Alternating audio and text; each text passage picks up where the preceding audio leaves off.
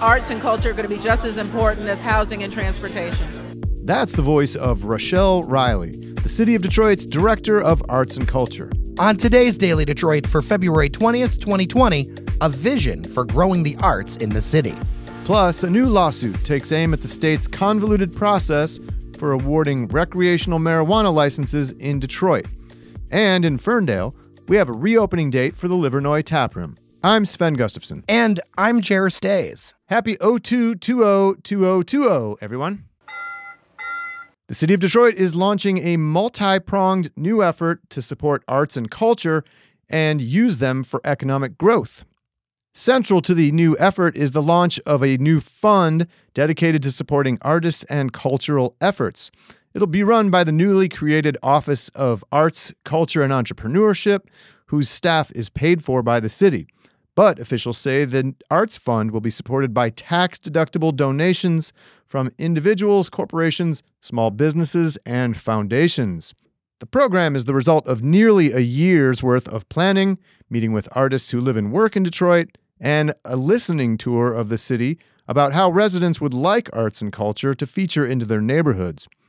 Other features of the plan include a first-ever artist census, a massive media campaign, and the launch of something called the Detroit Black Theater Festival in late July. Sven and I went to the Big Shindig News Conference this morning at Chroma, the new mixed-use creative space under development in Detroit's Milwaukee Junction.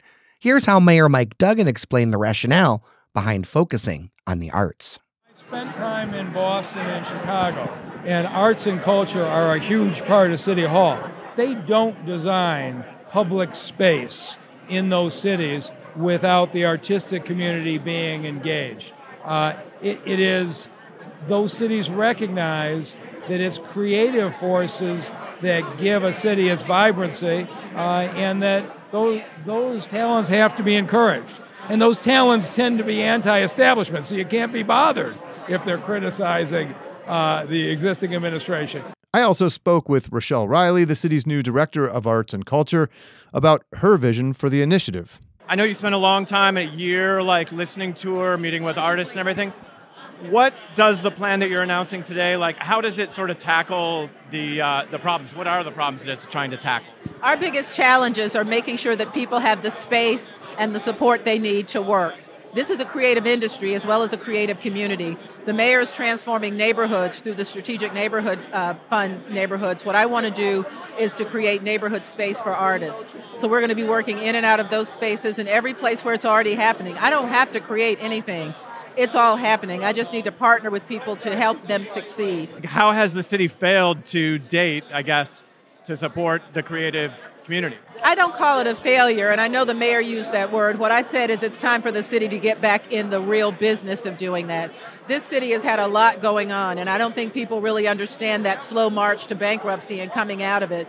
But now that we're out of it, and now that we are literally back to rising where we should be, I want to make sure that arts and culture are rising the same way, because there are so many artists and creatives in this city that what happens with them happens to the city. So I think what's happening now is arts and culture are going to be just as important as housing and transportation. Can you talk a little bit about the new fund that you're launching? How will that be managed? Is that going to be the city managing that fund? This will be the first time ever that you can give money directly to the city. It's a tax-exempt fund. I'm sorry, not tax-exempt. Donations are tax-exempt to tax-deductible to that fund, and all of the money goes to arts and culture. So it's not a part of the operating budget. You can't use it for anything else. It is literally just for arts and culture. Will it be invested, to try to, grow the fund? We are going to grow enough so that we spend part of it off into an arts endowment. I didn't announce that today. I'm mentioning it to you in case people wonder. I want to make sure that there will never be a time that this city doesn't have an Office of Arts and Culture. So we are working towards creating an arts endowment that will be different. The Arts Fund is going to pay for things. The Arts Endowment will be so that we always have money. Looking further ahead, how will you sort of be measuring whether this program is successful in meeting its goal? Well, the two things that I will have to do right away is to find out who's here and how successful they are now, because I won't know how we're growing without knowing that. I'm trying to gauge how much of our economy comes from arts and culture. I'm trying to make sure I know how many people we have doing it. And a great success for me is making sure that kids in the public schools have access to both. Dr. Nikolai Viti of the DPS CD has done a marvelous job of getting arts or music back into the schools. I want every school to have art, music, and to have it regularly. And that's what we're going to work towards. Listening to all of this, it's really clear to me that they've got to get some kind of fire started here, because it's my personal experience. It was something that I saw in the press materials and people talked about when I was at the event. It's that there needs to be more opportunities for artists in Detroit. We're losing really great talent to other cities, and it's because they need to make money. True. And at the same time, we gain artists from places like New York and stuff because they can't afford to live here, and it's a much lower cost of living. So giving them more of an infrastructure, and a more supportive environment where they can actually earn an income is a good thing for the city. So I'm excited about this. I am interested in the fact that the city plans to run its own fund here. The Arts Fund will be run by the city. I mean, Detroit doesn't, it's a city rife with corruption, and I'm not saying anything here, but this isn't, for me, this isn't about people or personalities. The city has a long-standing history of corruption. And I get nervous, and I always will, regardless of who's in office, of large pots of money sitting around that, I want to see some oversights with these things. I want to see, people can say transparency, but transparency, you don't know if it's happening until you actually go down the line and see how this stuff's being spent. Yeah. I do give them a lot of points for creativity here and kind of, making multiple prongs here. I like the idea of the funds being, assuming that it works as intended, being sort of a way to streamline, like kind of a fragmented system for, applying for arts grants, arts and culture grants. I think that could theoretically help make the process easier for artists. They talked about a lot of other things, like that there would be jobs training under this program potentially, and launch new kind of small scale neighborhood arts festivals, which I think is a great idea. Sort of using arts and culture as a way to sort of develop to revitalize neighborhoods, which we have many that need it, frankly. I think like anything, the ability to execute and follow through and get buy-in from residents and artists themselves is going to be key here. But I generally like what we hear.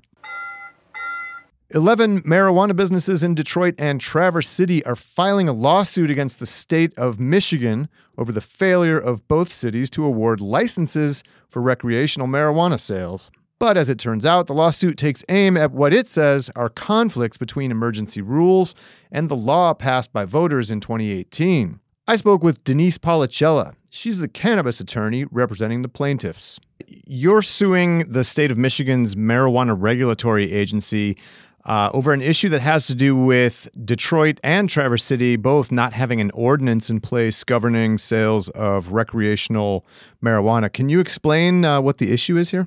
The state started taking applications for these recreational marijuana businesses on November 1st. Up until that point, and going forward, municipalities can, unlike the Medical Marijuana Act, they can do opt-ins and create ordinances dealing with recreational marijuana facilities. They can opt out, so that would be just like a resolution opting out of these facilities. But in this case, if they stay neutral or passive, a facility can still locate there. As long as you qualify for a license, the statute very clearly says that you have to get a license. Okay, and that's fine. The statutory language is very clear. Unfortunately, in the rules that were created, the emergency rules for the ballot initiative law, that becomes so muddled that getting a license is impossible. I'm just going to be very plain about it. The rules conflict the statute, and they actually, whether it's intentional or not, subvert the purpose of the section of the statute that would require the state to issue a license in that case. So I'm going to take Detroit, not that we're picking on Detroit, and I want to be very clear that we're not suing Detroit. We're not suing Traverse City. The cities, in my opinion, can do what they're going to do. The statute is clear about what the state had to do, and that's why we have to sue the MRA. And I also want to be clear that I think that the MRA is following the rules as they're written. So even though the defendant is the MRA. We have to sue the MRA because we're trying to invalidate these rules. Mhm. So these are the rules that the MRA were adopted for recreational facilities under the MRA, and the MRA, feels like it has to follow them. Nevertheless, the rules are invalid themselves. Not all the rules, but the rules in particular that we're talking about today conflict with the part of the statute that would require them otherwise to issue licenses. In the case of Detroit, and I'm just settling on Detroit because you're closer to Detroit than Traverse City, but in the case of Detroit in particular, because that seems to be getting a lot of the attention. And again, there may be other, businesses out there that did the same thing that we just simply don't know about yet. But Detroit, Inkster, and Traverse City all had similar circumstances. Detroit had the one that is easiest to explain. The city of Detroit had, from the beginning of when Prop 1 became law, which was, December of 2018, all the way until November 1st of 2019 to do something, right? To not be passive, to either pass resolution opting out, which the vast majority of cities in Michigan did, or to adopt an ordinance allowing recreational, adult use facilities. It did neither. So for almost a year, the city of Detroit remained passive and neutral on this. We had, the clients that I'm representing in this suit, no way of seeing into Detroit's future, whether they were going to opt out or not. And I think that it's fair to say that the city of Detroit says it's going to do a lot of things that take a long time. So even though the city of Detroit may say, well, we were going to opt out, that's fine, but they've also been saying we're going to opt in, and that hasn't happened. The fact of the matter is, at the time that we filed these applications between November 1st and November 12th, the city of Detroit had neither an ordinance opting in or a resolution opting out. It officially until November 12th was completely passive on this issue. And the statutory language is really, really clear. If you're a medical marijuana facility, you otherwise qualify, which, by the way, they all did. They all were pre-qualified already under rec adult use, and you pass your facility inspection. They all passed. You pay the fee. They all paid the fee. Then you get a license. Period. There are no exceptions in the statute. Unfortunately, the way the rules were written completely conflicts with, usurps the purpose of, and makes it impossible for the departments to do that. To get a little bit more wonky, what the rules do is say, well, even though the municipality is completely neutral at the time of application, okay, the state still has to go check with the municipality to see if it's okay to have a business there, a marijuana business there. Well, that completely eviscerates the purpose of having that section. The section in the statute, which was, again, passed by voter initiative, is very clear in that it says, look, the municipality has all three of these options, but if it chooses option 3, which is doing nothing, then we're going to allow businesses there. Mm-hmm. That's fine. And the problem with what has been happening now under these, what we're arguing are invalid rules, is that the people who have followed the statute are being denied recreational adult use licenses, and they're being disadvantaged significantly when you look at Ann Arbor and, Meridian and other places where the facilities have been able to get licensed. I appreciate the fact that some cities may or may not want this, but we all have to follow the statute. I think one of the more frustrating things is that when we were all under the Medical Marijuana Act, which still exists, by the way, but under the Medical Marijuana Act, over and over again, it was argued by people in the cannabis industry or the cannabis space, I guess, at that time, that the intention of the act was to be able to make cannabis businesses, or, the intention of the act was for a caregiver to be able to assist as many patients as they wanted to with their use of, and there were all sorts of representations from people who helped draft and get that law passed, right? And all we ever heard from courts from, was, look, this is what the statutory language says. We have to stick to the statute. It is incredibly frustrating for these same businesses who are now legal, licensed, law-abiding, tax-paying businesses to hear, well, we know that's what the statute says, but we're not going to do that. So your lawsuit seeks, obviously, to a ruling that the emergency rules are invalid, right? But would it also result in your plaintiffs becoming licensed for adult use recreational marijuana retail sales? Correct. I mean, again, we're not trying to invalidate all of the rules, and frankly, the emergency rules will be sunsetting very soon, and we have new joint permanent rules that are currently being drafted. The public comment on those just closed Monday. It would follow that if we are successful in getting the rule governing the licensing of these businesses, which falls under Section 9 of the statute, this part of the rule invalidated, that the state would have to issue the licenses at that point. You say in your complaint that more than 300 municipalities around the state have yet to enact ordinances, either opt in or opt out of recreational marijuana sales. Are there other similar lawsuits to this one floating around out there in the state? Not to my knowledge. I feel like the marijuana law section is big, but it's fairly closely knit. I think I would have heard about it already.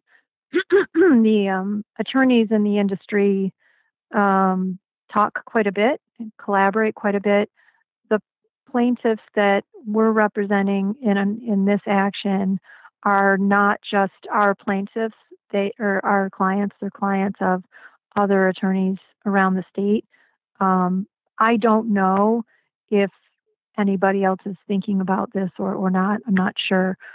What I fear happened or could still happen is that an attorney could read these rules and say, and I'm sure that has happened because I've heard those talks. An attorney could read these rules and tell their client, well, it's just not worth it. The entire point of the MRTMA of Prop 1 was for it to be worth it. You'll see in the complaint, I think, the words unreasonably impracticable. It's kind of a quirky little phrase, but you can't, according to the statute, create rules that are unreasonably impracticable. That means you can't create rules that would make it so difficult to get a license that no one's going to bother, in lay terms. And I fear that has already happened all over the state in areas where the municipality truly is neutral. But you don't want to take that financial risk, especially when these businesses are already so expensive to open and operate. Denise Pollicella is the attorney representing 11 dispensaries, marijuana businesses in Detroit and Traverse City. Denise, thanks for your time today. Thank you for having me. We should note that the Detroit City Council has enacted a temporary ban on recreational marijuana businesses through March 31st. They're working on an ordinance designed to make it easier for city residents to get in on the recreational cannabis industry. There's progress on Livernois Avenue in Ferndale when it comes to Ferndale Tap, formerly known as Axel Brewing. If you remember, the space was bought out by Eastern Market Brewing Company in the wake of the end of Axel. Now, after some months of work, what is now Ferndale Tap will open to serve beer this very Saturday. They'll have more than a dozen beers of various kinds available, 3 ciders, a house-made root beer, and nitro cold brew. This will be on top of their lunch service they've piloted over the last few weeks with sandwiches and pastries. We'll put a link to their stuff in the show notes. Sven, this is literally down Fielding Street from you. Are you excited about this one? Yeah, for sure, man. Like walking distance. I mean, it's a beautiful facility there. I was sad to see it close. Gorgeous. But I am really excited to see it reopen under Eastern Market Brewing, which has I've only tried a couple of their beers, but they're really good. They make some quality suds for sure, and yeah, absolutely delighted to see it reopen. And give hopefully a little spark in business to that Livernois corridor, which I feel like is a really it's got a lot of potential for in the city of Ferndale, kind of a hidden gem.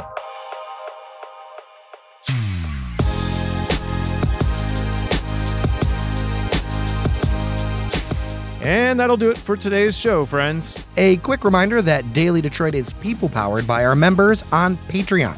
You can join them at patreon.com/dailydetroit. With that, I'm Jairus Days. And I'm Sven Gustafson. Take care of each other, and we'll see you around Detroit.